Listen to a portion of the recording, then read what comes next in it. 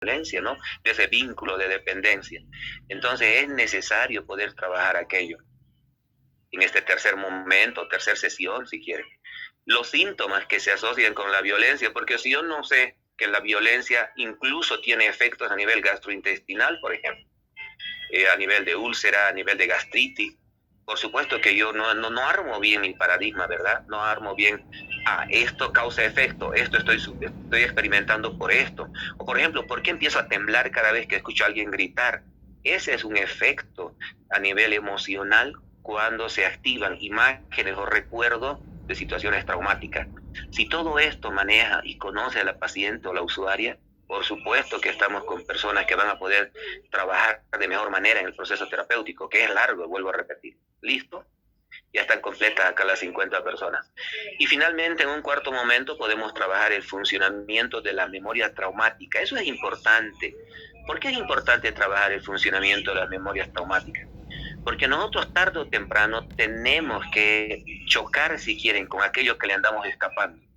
Entonces, las mujeres que sufren violencia, por ejemplo, no quieren recordar, no quieren traer a la memoria ninguna, si más bien andamos escapando, ¿verdad? Contradictoriamente, es como la obsesión.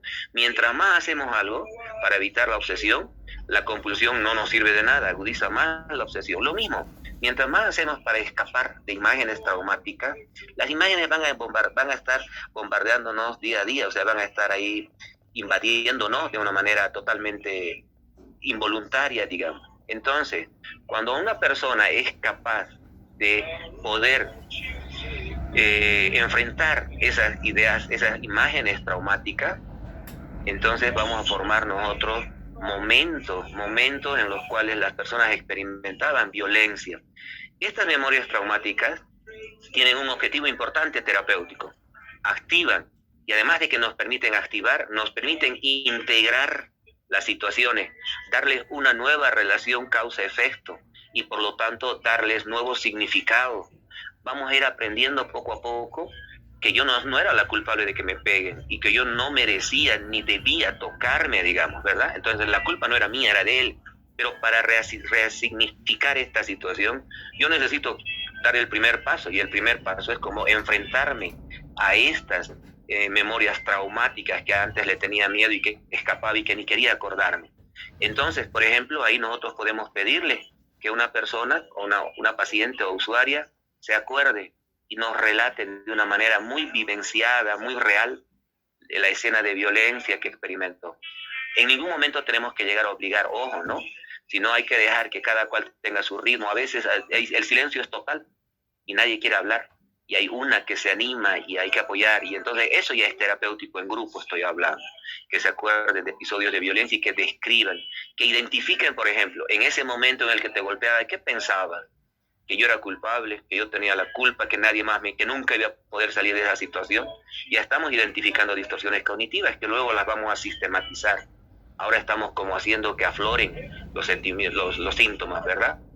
Y además, qué percepción tenía de esa situación y a qué atribuía, quién era culpable, para después reordenar todo eso. ¿Bien?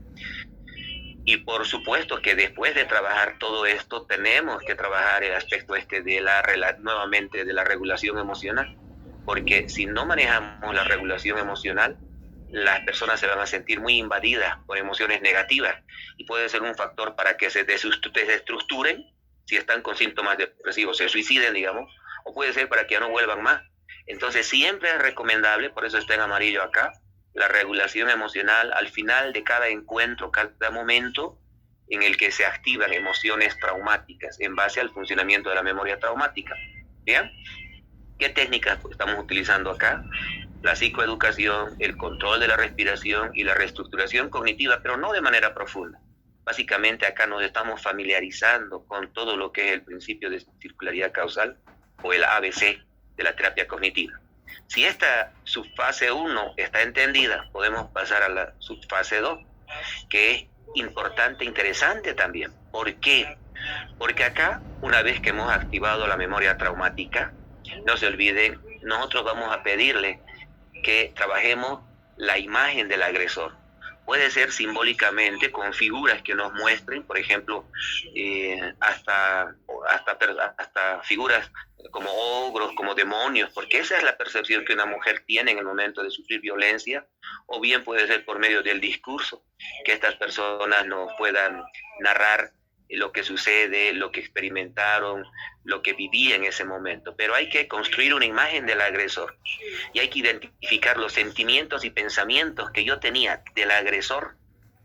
¿Qué pensamientos tenía? Por ejemplo, que él era todopoderoso y que tenía todo el derecho de maltratarme, para luego ir después cambiando esas formas irracionales de cogniciones patológicas, ¿verdad? Pero este momento, este quinto momento, porque ya estamos en la fase 2, pero subfase 2, este momento es altamente emocional. Lloran, se inhiben, empiezan a morderse la uña. Es triste ver a mujeres con violencia en ese sentido. Y por supuesto que ahí nuevamente hacemos uso de todo lo que es la regulación emocional. Cuando nosotros estamos reactivando la memoria traumática, es necesario también que podamos hacer que ellas imaginen el evento de la violencia sufrida, para desensibilizarles poco a poco, como para que le vayan perdiendo el miedo, ¿no? Pero eso es gradualmente, porque si se entra de golpe, se puede desestructurar la persona. Que nos relaten una imagen, por ejemplo, una imagen de violencia, pero también una imagen de un evento positivo para poder antagonizar, es decir, para poder minimizar el efecto emocional de lo negativo, de la violencia. Entonces, una imagen de un evento positivo, por ejemplo, jugar con mi hija, dar un paseo con mi hija, se me ocurre, o tocar guitarra, se me ocurre en el caso mío, o para otras de ustedes poder escribir un poema, poder pintar, digamos, o simplemente abrazarlas a mis hijas y que mis hijas me abracen, digamos. Entonces, esa imagen del evento positivo va a permitir inhibir todo lo que son las emociones negativas también. Y nuevamente vemos la regulación emocional. Ahora, cuando ya hemos activado la memoria traumática en base a la exposición gradual a recuerdos traumáticos, esa es la técnica, nosotros debemos explorar las emociones, las creencias y las conductas. Esto está mal, ¿no? Porque tendría que ir primero las creencias, las emociones y después las conductas, por el principio de circularidad causal. Bueno, entonces tenemos que explorar y ahí podemos aplicar instrumentos de creencias irracionales, de distorsiones cognitivas distorsionadas como las de Beck. Hay instrumentos, pero depende del grupo poblacional con el que trabajes. Si trabajas con gente de zona rural y quechua parlante es difícil. Entonces hay otras técnicas que tienen que improvisar. Pero hablemos de un entorno citadino, podemos aplicar un cuestionario que nos permita a nosotros ya sistematizar, identificar, ordenar las creencias irracionales o las distorsiones cognitivas. Y cuando hablamos de un botón de emergencia, que les voy a explicar de manera sencilla, pero antes, nuevamente, no se olviden que estamos hablando de la regulación emocional. Eso es fundamental, poder neutralizar el efecto de emociones negativas. ¿Me explico? Y voy a cortar para que me escuchen mejor. Cuando usted piensa en un acontecimiento negativo, doloroso, por ejemplo, un examen donde el docente le humilló, la trató mal y encima le dijo salga porque usted es una inútil, no va a poder responder nunca esta pregunta, dedíquese a otra cosa. Por supuesto que usted está sintiendo dolor, ¿verdad? Está sintiendo angustia, ansiedad, emociones negativas. Esas emociones son pues las que le van a bloquear porque generan activación fisiológica, generan que usted se descontrole, para que me entienda. Entonces nosotros lo que tenemos que hacer es activar, por ejemplo, botones de emergencia. ¿A qué nos estamos refiriendo? Son estrategias cognitivo-conductuales que nos permiten hacer frente en alguna medida, es decir, poder tener algo en que apoyarnos, ¿me entienden? Y de esta manera reemplazar las imágenes mentales negativas por otras más positivas.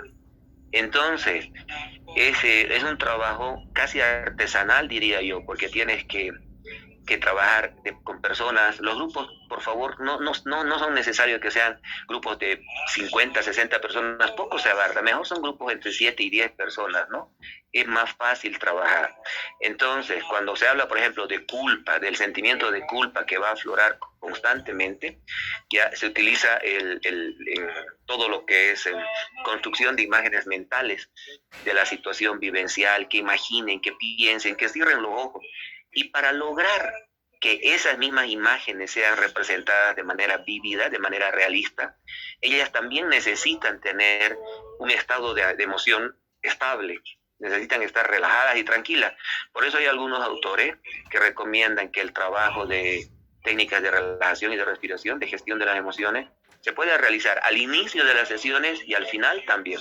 Eso es de criterio de ustedes, ¿no? Personalmente a mí me gusta más trabajar al final.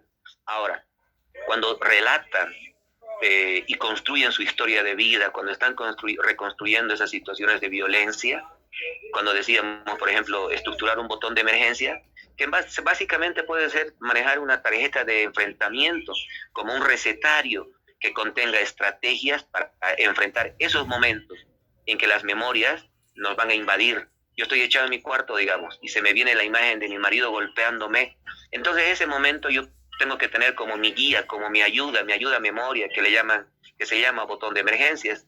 Es una especie de ficha, si quieren, terapéutica, donde yo tengo actividades que puedo hacer para antagonizar, para contrarrestar el efecto de estas emociones negativas que se van a activar.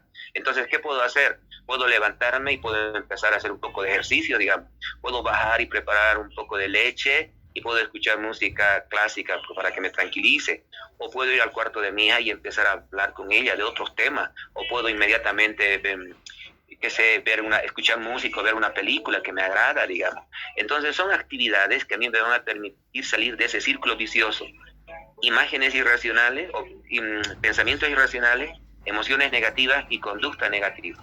Entonces es una forma de poder enfrentar, que tengan, porque no se olviden que luego de la terapia o de los encuentros, estas mujeres van a estar solas, van a volver a su entorno familiar y van a volver con esa carga activada de emociones negativas. Entonces, cuando sientan que les está invadiendo, bien viene tener como una especie de recetario, de guía, de lo que tiene, cómo puede enfrentar, en vez de quedarte paralizada y ponerte a llorar, que no es nada adaptativo, ¿verdad? En ese sentido, los botones de emergencia son importantes porque nos van a ayudar a gestionar, a manejar las emociones. Y si podemos nuevamente cerrar la sesión con todo lo que son técnicas de regulación emocional. Control de la respiración, meditación, relajación y respiración. Hay infinidad de técnicas que ustedes pueden encontrar en internet. Bien, estamos transitando la fase 2, seguimos en tratamiento desde una perspectiva grupal, pero estamos en la subfase 2. Ahora tendríamos que pasar a la subfase 3. Fíjense que en este momento ya como que cambia nuestra perspectiva de intervención, ¿no? Entonces nosotros en este tercer momento lo que vamos a hacer es evaluar, por ejemplo, ya pautas de comportamiento, pautas de afrontamiento, pautas que les permitan a ellas enfrentar la situación, porque en todas las anteriores estamos desensibilizando y estamos dando también psicoeducación, cuando ellas pueden identificar los efectos de la violencia, el paradigma cognitivo, etcétera, etcétera. Ahora, ¿qué es una distorsión cognitiva? Cuando comprendan que la golpiza y que el hecho de que hayas perdido años en tu vida sin estudiar, sin trabajar, no te desestructura, que hay mucho que avanzar, seguro, pero lo que te genera el malestar peor es creer que no vas a poder. Esa distorsión cognitiva catastrófica, esa es la que tenemos que trabajar después con técnicas específicas, que ya son más de orientación cognitivo-racionalista. En el momento 8 de la subfase 3, nosotros debemos anticipar resultados de acción. Es decir, ante esta situación, por ejemplo, siento que cuando yo veo a un hombre y levanta la voz, yo me bloqueo, me paralizo. Anticipar resultados de la acción. Esa acción, ¿qué resultados nos va a dar? Que nos bloqueemos más, que seamos incapaces de hacer algo, que no podamos conseguir trabajo, etcétera, ¿no? Y entonces hay que evaluar y comparar soluciones para el poder hacer frente a estos momentos, evaluar también la capacidad de resolver conflictos de las personas. Hay instrumentos, y hemos visto, hay dinámicas que podemos utilizar, y sobre todo en base al estado emocional. Si están totalmente bloqueadas y no pueden enfrentar un conflicto, entonces es importante trabajar con la técnica de solución de problemas. Estas técnicas, hay un montón de autores que han trabajado, Mahoney, Goldfried, Zurilla, que son varios autores. Estas técnicas básicamente apuntan a que aprendan a manejar un problema, a solucionar un problema. Entonces, después de que hemos analizado situaciones conflictivas y nos estamos anticipando a los resultados de nuestras acciones negativas, es bueno elaborar una lista con 3 problemas, los que ellas tengan en su vida cotidiana. Por ejemplo, no puedo conseguir trabajo, o 2, ¿Qué hago? ¿Dónde dejo a mis hijas cuando voy a trabajar vendiendo refrescos, digamos? Eso es importante porque significa un problema. Ese problema tienen que aprender a solucionarlo. De menor a mayor complejidad se arman las escalas de problemas. Y entonces trabajar las técnicas de solución de problemas es importante. La técnica de solución de problemas se utiliza en diferentes ámbitos, problemas de pareja, problemas académicos, en psicología organizacional, porque tenemos que ser capaces de resolver problemas. Una vez que hemos trabajado las técnicas de solución de problemas que les voy a explicar, por supuesto que el paradigma cognitivo da tareas para la casa. Esa es otra particularidad del paradigma cognitivo. Damos tareas para la casa. Los otros modelos no tanto. En cambio, nosotros nos sentimos satisfechos si la persona va a practicar lo que hemos trabajado en terapia. Y esas tareas de la casa tienen un valor terapéutico y siempre deben ser evaluadas, analizadas, corregidas si quieren, al principio de cada sesión siguiente. Yo le doy hoy día una tarea para su casa que identifique 3 problemas. ¿Cuáles son los problemas más complicados en su vida? Y usted debe elegir y jerarquizar los problemas para después buscar soluciones. Entonces usted va a ser capaz de, en su casa, poder meditar cuando esté sola y pensar, a ver, ¿qué problemas tengo? ¿Cuáles son los más graves? No, el más grave no es dejar a mis niñas. ¿Dónde dejar? El más grave, por ejemplo, es intentar buscar trabajo, digamos, porque no puedo ni hablar. Entonces ellas jerarquizan sus problemas y luego nosotros vamos a trabajar con la técnica de solución de problemas precisamente. Luego revisamos la tarea en un momento 10 en otra terapia, la tarea que les hemos dado para su casa. Tiene que haber discusión amplia porque la perspectiva es grupal, ¿verdad? Entonces, lo rico de esto es que en el diálogo, en la discusión, las personas están viendo vicariamente, están aprendiendo en base a los principios del aprendizaje social de Bandura, cómo otras personas están enfrentando sus problemas. Y primero me estoy dando cuenta que todos tenemos problemas. Y luego la discusión de la aplicación y de los resultados que hemos obtenido, si han sido positivos o no.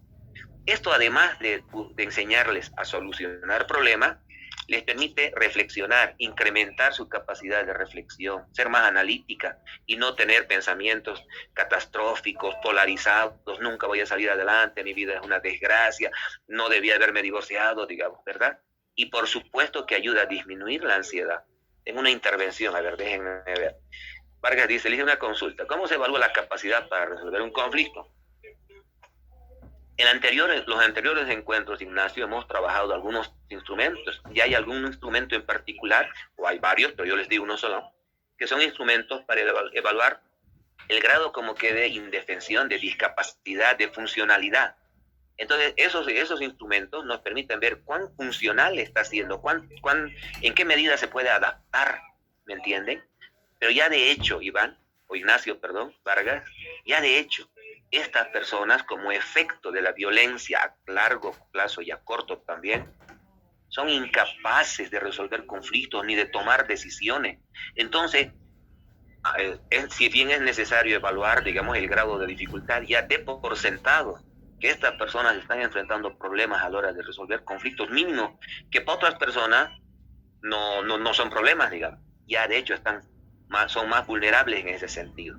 Ahora, veamos una técnica, los pasos breves, porque les voy a mandar algunos documentos de diferentes técnicas para que puedan ir repasando, viendo. Entonces, cuando vemos este punto, creo que es la misma diapositiva. Sí, quería ver con qué color se veía mejor, si con amarillo o con blanco. Entonces, en este momento podemos utilizar ahí un breve esquema de la técnica de resolución de problemas de Goldfried y de este autor de Zurila, que son autores que han profundizado mucho este tema. Para trabajar lo que es la solución de problemas, primero se debe trabajar la orientación al problema. Hay una participación, ya, listo. Entonces, primero se debe trabajar la orientación al problema. No se olviden que cada uno de estos 5 puntos tiene también otros subpuntos a trabajar de manera profunda, ¿no? Yo les estoy dando un esquema rápido. Entonces, cuando hablamos de la orientación al problema, debemos pensar todo que las personas, cuando hablamos de orientación, estamos viendo, por ejemplo, qué percepción tienes del problema. Si el problema es imposible de solucionar, como que estamos con un pronóstico más negativo, ¿no? Porque ya estás como bloqueada bajo la triada cognitiva. Piensas mal de vos, mal de los demás y mal del futuro. Entonces estás como incapacitada. ¿A qué atribuyes ese problema de que no puedas trabajar, no puedas conseguir trabajo? Hablemos de ese ejemplo. El problema es que yo no puedo conseguir trabajo y yo estoy buscando, te dice la usuaria. ¿Cuál es la percepción del problema? ¿Es un problema que se puede resolver? ¿Es un problema imposible de resolver? ¿Es un problema al que yo no le he puesto muchas ganas? Fíjense esas atribuciones. La última es más realista, ¿no? No le puse muchas ganas, como que no me animo. Es muy diferente a que te digan imposible, nunca voy a conseguir trabajo. Eso ya nos señala el nivel de indefensión. Ahora, cuando hablamos de a qué atribuye el problema, yo puedo decir es que todos los hombres son malos o todos los hombres no me van a querer, la sociedad es mala, yo nunca voy a conseguir, voy a tener un trabajo. Estoy atribuyendo ya factores que yo no puedo controlar, pero en la medida que yo atribuya a que yo no puedo conseguir un trabajo por un tiempo, porque todavía no estoy capacitada, ese es un posicionamiento más realista y nos está dando pautas de cómo podemos trabajar con capacitación, por ejemplo. La valoración del problema. Este problema que yo tengo de no conseguir trabajo es más importante que el hecho de que yo pueda reafirmarme con un proceso terapéutico. Lamentablemente, les vuelvo a repetir, la condición económica de nuestro país hace que para mucha gente lo prioritario sea sobrevivir, ¿no? Y dejas para un lado terapias.